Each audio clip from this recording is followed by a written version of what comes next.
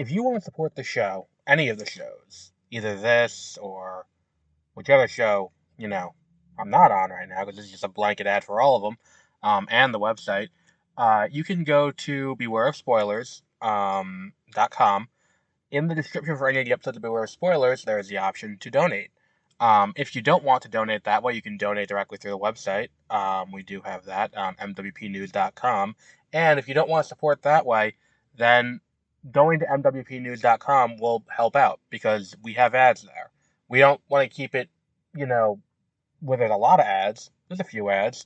But the point is we want to make it so that way, we can sustain this for the long term. If people donate, we're never going to paywall anything, I don't think, as of right now. But you know, if people start donating, we'll start doing cooler and cooler stuff. Like donations are how we get to cover stuff like Tribeca and other, film festivals. And, we may be able to bring on more people to help out. So if you want to help out the show and you want more content from us, by all means, even just going and giving us a 5-star rating on Spotify helps out a lot. But that's it. That's the only ad we'll have on the podcast ever. But here's whatever podcast you're going to be listening to.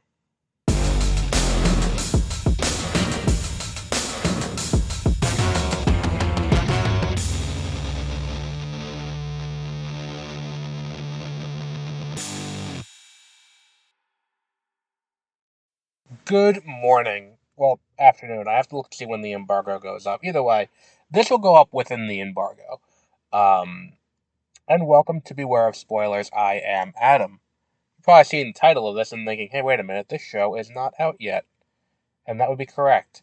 The people over at Amazon Prime have given us screeners of the entire run, I believe. It's all 10 episodes of Batman Caped Crusader, the new show. Let's give a little background on this, though. This is the Bruce Timm reimagining of Batman the Animated Series that was meant to be on Max. And thank you to the people uh, at Amazon for allowing us the opportunity allowing me the opportunity to see this early and talk about it. This is a reimagining of that. It is the story of Batman. Um, it's a little more mature than Batman the Animated Series, but in this show, it's very much a noir version of Batman. It's Bat Noir, and I think this is up there among my favorite Batman things ever. Um, so without getting into spoilers, we will be talking about this as the show comes out with more in depth with spoilers.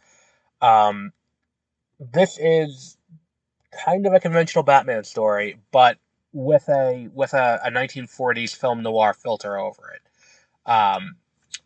Gotham is a cesspool of organized crime. You have, um, and a lot of the characters that we've come to expect appear. You have your Oswald Cobblepot. You have your I don't want to get too spoilery. I mean, into who appears, is there are a few characters that make an appearance in a way that you wouldn't expect, and they kind of twist the existing mythos in a really interesting and fun way. So I don't want to sit here and list all of them out, because there's one especially about midway through the season. I'm like, oh shit, that's cool. And then we have characters who have, since Batman the Animated Series came out, have been created who make appearances um, in animation, I believe, for the first time. And I think that it's a really interesting look at Batman that feels true to who the character is and has always been, while not feeling like just the same retread over and over again. Like, the closest thing I could think to this is the Batman. Matt Reeves is the Batman, where it's not a deconstruction of it, but it is enough of a departure where you're like, oh, this feels different enough that I'm not wasting my time by watching it. I'm not just watching the same Batman story, and I'm not watching the same, like, the way they retread it and do alternate takes, and it's like, oh guys, we're completely reimagining what Batman could be, check this out. It's not even that. It is, we're doing something different, yet the same. And I think that asks that but, the different but the same aspect of it works very well for this show. Um, it makes it something that I would rewatch. I really enjoyed everything that they tried here. I think that, like, even as they get into things where it's like God, there are things I want to talk about that I'm fairly certain I shouldn't because it would be spoilery.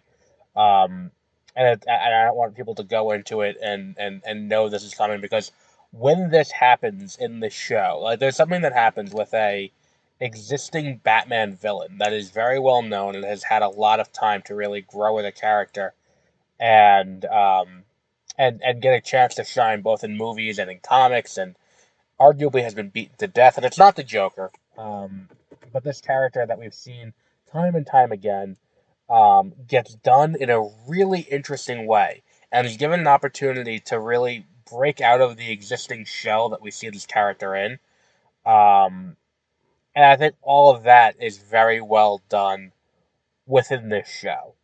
Um, like, I don't want to spoil that. I really don't, but it's handled so well and it's so interesting that I think that that's really, especially considering the dynamic that these two characters had before it.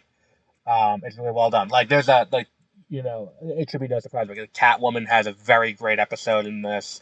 Um, and I think that the thing is, like, it's not really a threaded story where it's like there's this overarching thing. It's the story of Batman trying to clean up the crime in this incredibly corrupt 1940s version of Gotham. And the way they commit to that, and the aesthetic really lead into the aesthetic in such a way that this is very well done. The animation is beautiful. Um, I do not, for the life of me, understand why Warner Brothers did not want to put this on Max and let this be one of their flagship titles. I I'm baffled by that decision. And as I watched it, I was just like, really? Why wouldn't you want this? Why wouldn't you, want to, have this on your service? Like, I think the show is just so well executed basically the entire way through that I don't understand why Warner Brothers wouldn't have wanted this. It's not like the show, like, and I think this is the kind of thing where I look at it and I'm like, but what was so wrong with Batgirl that you couldn't take this to? That you couldn't release it. If this was something else that you didn't want to release after putting the money into and then shipped it off to Amazon, my question is why what was the rationale behind that? Because this show is just fantastic. This is going to get fantastic word of mouth. This is going to get a lot of people really interested, and a lot of people who may not be, I don't think there's a thing where you're a lapsed Batman fan, but, like, I'm probably as close to that as you can get as someone who has been vocal about the fact that, like, the the constant talking about Batman and things has kind of grated on me. Where it's like, DC, you do have other characters. Every comic that you come out in a month doesn't have to have Batman in it, and I understand that maybe I'm in the minority on this because DC's top selling comics are always Batman or Joker or Harley Quinn. But I don't think that, like, give us more Green Arrow. Give us more, Aquaman. Give us more Wonder Woman. Give us more Superman. Give us more anyone else. Green Lantern. Let us see these other things and let these other things really, get the chance to shine through. Um, and don't just give me 15 Batman comics and variants of Batman and variations of Batman adjacent characters. Just give me something solid. And I think that that's something that, like, when I watch this, I'm like, I can live with, if this is the quality of Batman thing that we're going to get constantly, I can live with this. Between this and, like, we have the Penguin coming out later this year, and, the Batman was the most recent thing for them, and that was also really good. If this is what we're going to do, and this is what we're going to be, be looking at on a weekly basis, I can live with this. I I'm very excited to get into the more spoilery territory as we do our weekly episode breakdowns, because we are going to be doing that. Um, if that is, let me just look at that real quick. Oh, okay, this is going binge. So we'll do a roundup that weekend where we talk about, kind of the broader spoilery things, because I want people to go into this knowing that it's really good and that they should watch it, um, but without knowing the specifics of what in it is so good that you need to drop everything to watch it, because there are surprises in here that work very well, and I think that the less you know going into it, the better. Um, so definitely check this show out. It drops all 10 episodes on August 1st. I anticipated breaking this up into multiple nights. And I think this is the best endorsement I can give for this show, because you know, my thoughts on binging have been made clear, where I don't like the binge model. The binge model is one of the things that make my life so much harder as a reviewer, where it's like, okay, I got to find time to squeeze in an entire season of TV to get through it. So like, there are entire shows that I've wanted to watch but just haven't, because it's like, look, I got to sit down and commit to watching this all at once. Like The Bear season 3, I've been so busy I haven't started that yet. But the fact that this show was one where I'm like, all right, I'm going to break it up across 3 nights, because I have it a little early before the release. So I'll break it up across a few nights and get through it, because it's 10 episodes out of 4, or whatever. I sat and watched the entire thing in one night. And I was up until 3 in the morning doing it. I mean, they're a half hour long each, but I watched the entire thing in one night, and I do not regret that.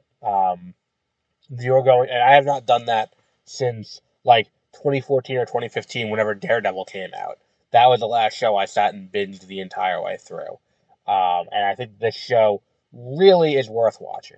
Um, but we'll wrap up there for today. I'm recording this way early. The show comes out on August 1st.